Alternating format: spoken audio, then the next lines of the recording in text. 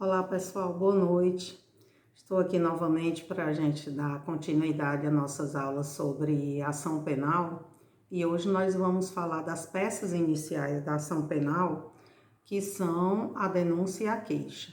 E também nós vamos fazer alguns esclarecimentos necessários para que se torne mais fácil o entendimento a respeito do ingresso dessas peças processuais e também de algumas condições específicas, que nós já falamos, como a representação e a requisição do ministro da Justiça.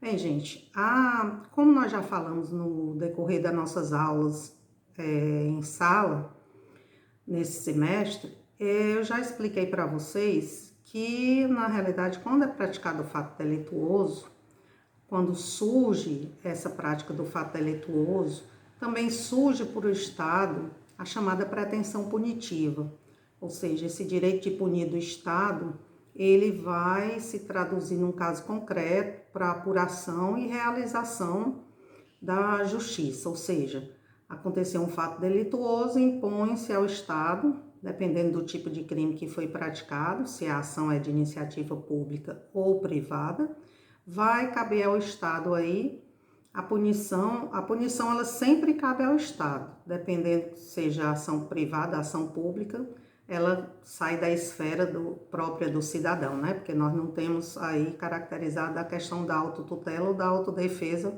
como forma de composição de litígio, né? Aí nós temos a questão da jurisdição necessária mediante um devido processo legal para a imposição de pena à pessoa que possa ter praticado qualquer tipo de delito.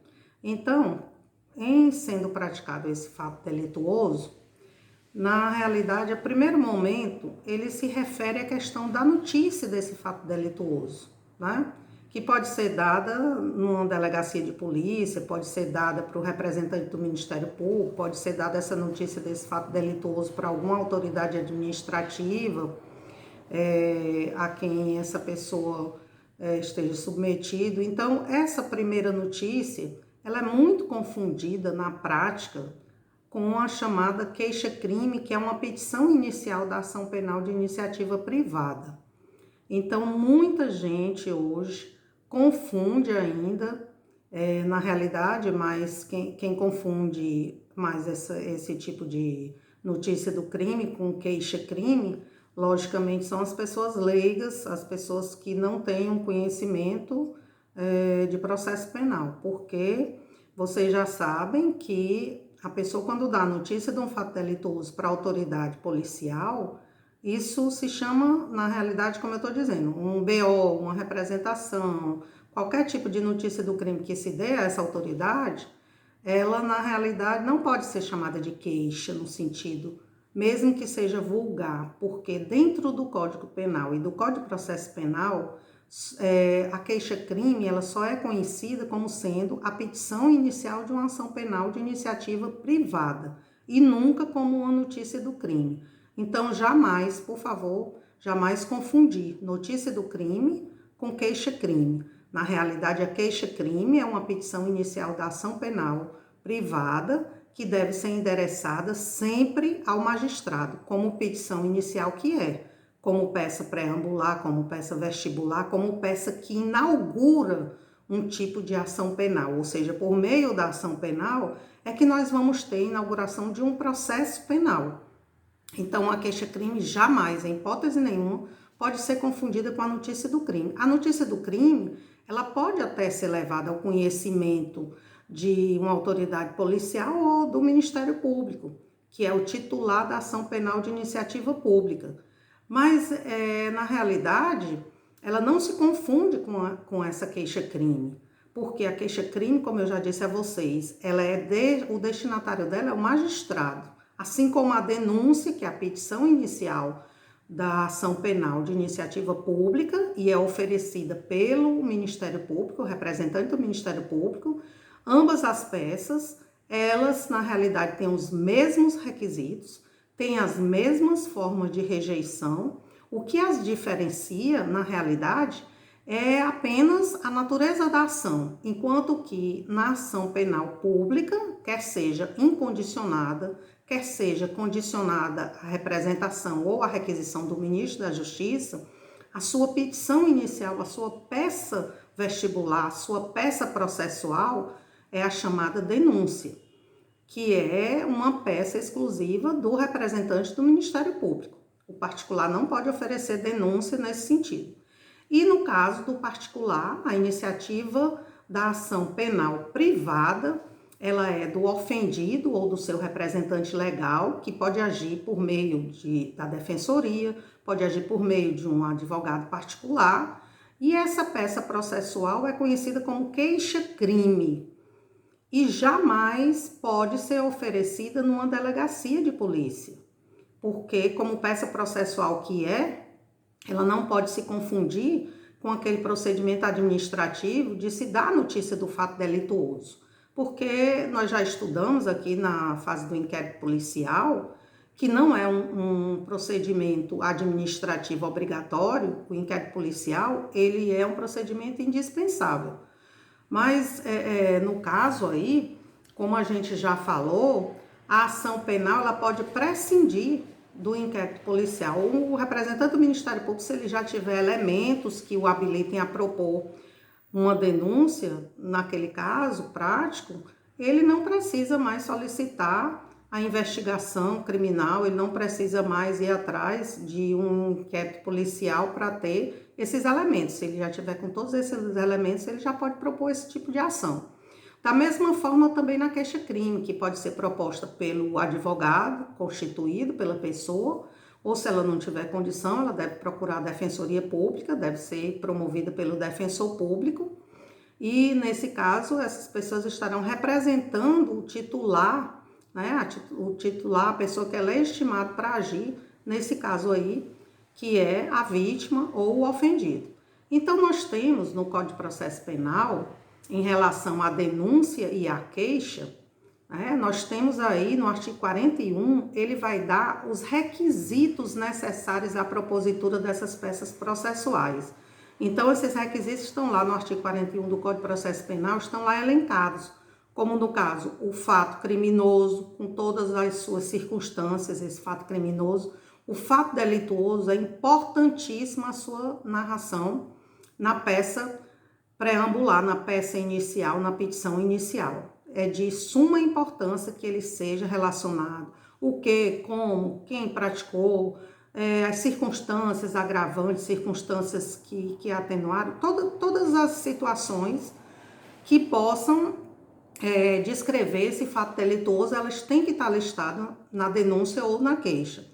Antes disso, eu até colocaria, o artigo não traz isso, mas é lógico que toda petição, toda peça vestibular, toda peça inicial, ela tem que ter o destinatário. Nesse caso aí é o magistrado correspondente, o magistrado que vai conhecer desse fato delituoso, então tem que ser a pessoa, tem que ser o destinatário. Nunca o destinatário de uma denúncia ou de uma queixa pode ser uma autoridade que não o magistrado, né? Então tem que ser endereçado a um juiz.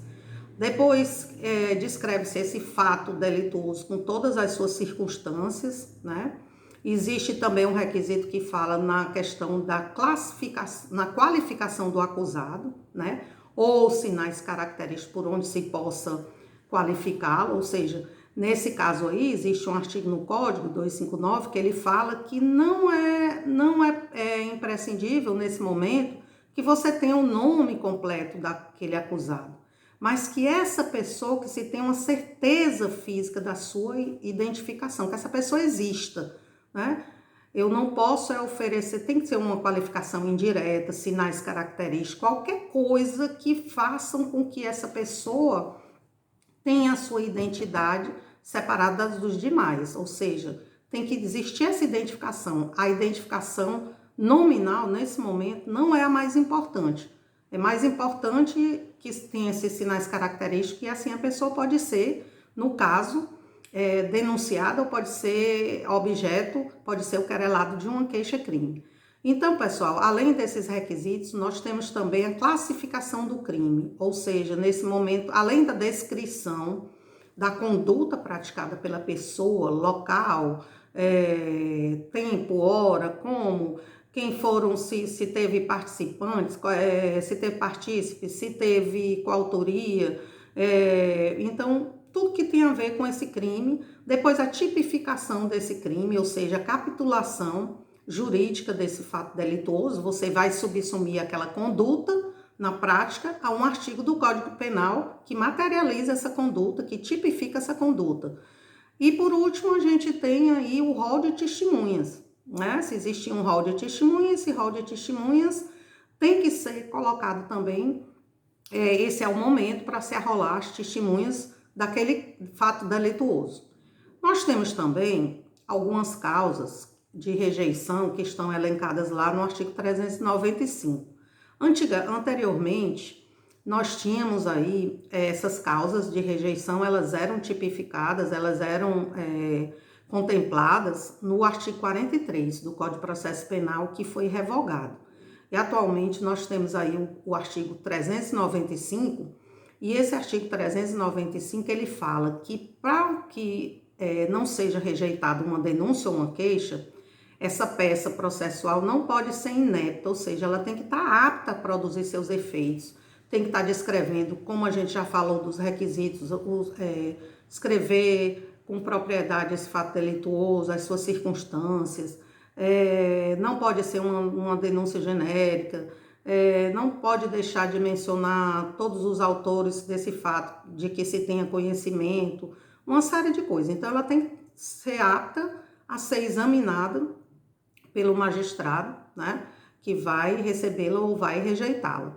E aí nós temos também como outro requisito que se observe os pressupostos processuais e as condições da ação, que o código na realidade não menciona, ele não elenca aí quais seriam efetivamente, quais seriam essas condições da ação, nem os pressupostos processuais, são aqueles que já estão elencados na doutrina, né, como a gente já tem aí, tanto em relação aos pressupostos como às condições. No caso aí do processo penal, a gente sabe que o fato delituoso, esse fato ele tem que ser tipificado, não pode ser um fato atípico, ou seja, tem que ter sido praticado, tem que existir a questão da anterioridade, o princípio da legalidade tem que ser respeitado aí.